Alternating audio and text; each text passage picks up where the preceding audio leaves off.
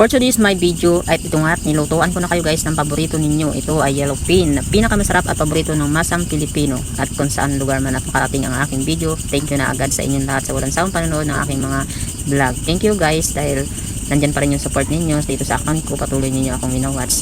So ayun guys, kasaysayan na lang ng buhay namin ay hindi sabing madali ay mahirap din. Lahat ng pagsubok ay nalalampasan natin, basta lagi lang natin tatandaan na magpakatatag lang tayo sa hamon ng buhay. Madali man o mabagal, tiyaga at sipag lang talaga na maabot natin ang ating goal. Tayo ay isa lang ang goal natin dito sa buhay. Kaya tayo pumasok dito sa social media dahil nais natin na makatulad din sa iba na meron silang inspiration sa buhay. Nung nabubuhay pa ang papa ko at mga magulang ko, paborito nila itong ginataang tulingan o ginataang nilupin, kahit anong isda, basta gusto nila adobo sa gata. Kaya naman ang aking kaalaman guys, isa din sa natutunan ko sa aking magulang.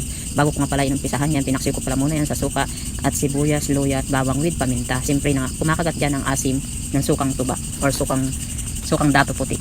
Ayan guys, basta lahat ng suka ay maasim, kahit ano naman part ang gamitin niyo ay pwede dyan. Basta lagi lang tatandaan, ang ulam ay parang buhay din yan. Sa pagdaan ng mga araw, lumilipas, nauubos at maghanap naman ng kinabukasan at bagong bukas. Habang nagluluto ako niyan guys, ang isip ko lumalayo. Naglalakbay sa ibang ibayo. Isa sa kadahilanan kung bakit kailangan nating mabuhay at matuto sa buhay. Mga pagsubok na pinagdadaanan natin, kailangan natin maging matatag sa hamon ng buhay. Sa pinagdadaanan namin guys, hindi lang kayo ang mayroong problema. Kami marami din pinagdadaanan. Marunong lang talagang dumala ang bawat isa sa atin. Sa bawat ngiti na nakikita ng mga tao na akala nila tipo nila ay tayo ay talagang totaling masaya. So ang kabila ng lahat ng yung guys, hindi lahat ng tumatawa ay walang nakatagong lungkot sa likod ng kanilang buhay. Naalala ko pa talaga ng kabataan ko nung hindi pa ako tao. Mas masarap pa pala maging buhay ng bata. Yung nasa kabataan ka pa, wala ka pa sa kaisipan ng matured, yung pagiging matured.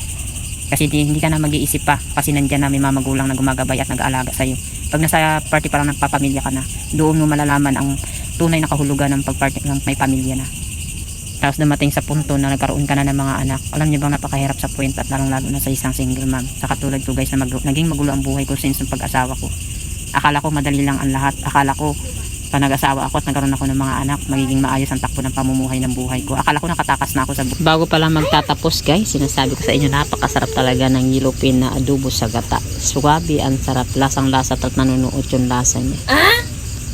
Masasabik at mayayami-yami talaga guys. Try nyo na.